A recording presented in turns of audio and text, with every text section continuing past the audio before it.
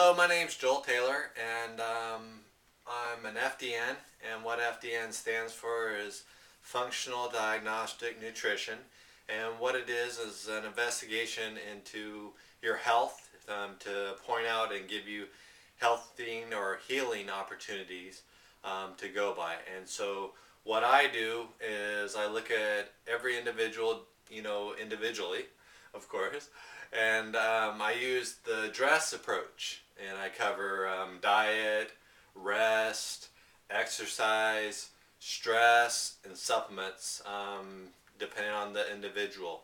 And where I spend the majority of my time is in under stress, and I think you'll understand why, because the diet is all about the food that you're giving your body, and so for the most part I expect people to be on whatever program they are.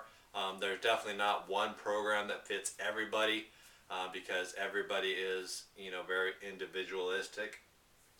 The next thing is rest, and I'll go over that a little bit when I get to the video on rest. But for the most part, I do expect anybody to be compliant that's working with me, and therefore to get plenty of rest, and that does mean having a regular bedtime that's before midnight, and it usually kind of coincides with the sun.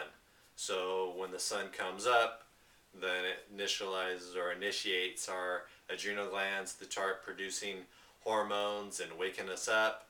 And when the sun goes down, when it's dark, then the adrenals start to shut down. Of course, we're getting ready for rest or sleep. So the third one is exercise. Just real quickly, I'm not necessarily an exercise expert by any means. I do recommend people to talk to people that they know that are, to just kind of get their feedback. And ultimately, all of these things are the responsibility of everybody individually, because this outlines their health, or the way they're going about discovering what it is they can improve, or understanding ways that they could improve. So exercise is a big one. I've heard a lot of things lately about the 2-hour gym trip being stressful on the body. So I don't recommend that, but I do recommend something.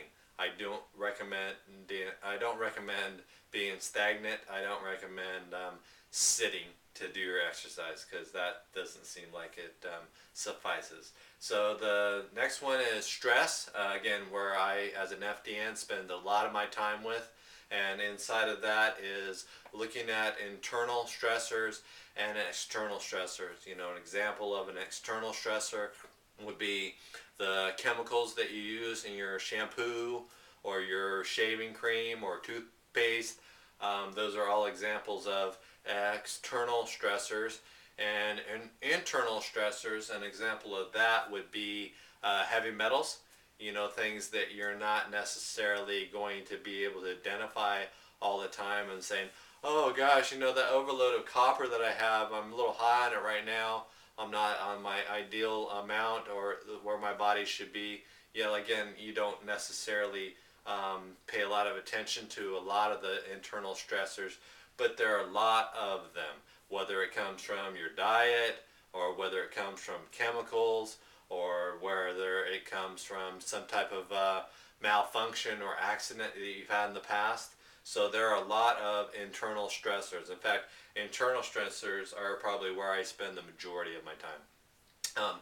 The last one here in the Dress for Success approach is supplements, and that's important because a lot of times we can, depending on our body, be in a situation where we need to supplement our food. We need to give our body what it needs to have in order to be successful, or in order to be healthy in this case. So supplements is something that does come up. I'm not pushing supplements, but I do recommend them, especially for people that find themselves deficient in a mineral or deficient in a vitamin. Or if we find that a food is not giving us what we need, then supplements are some way to overcome that. And ultimately, we get our body up and running back to the point where it's providing most of what we need for it to survive or it to be healthy. So that's it, and like I say, I'll cover each one individually on a separate video, but that's an overall scheme of what an FDN looks at as far as your health. Thank you.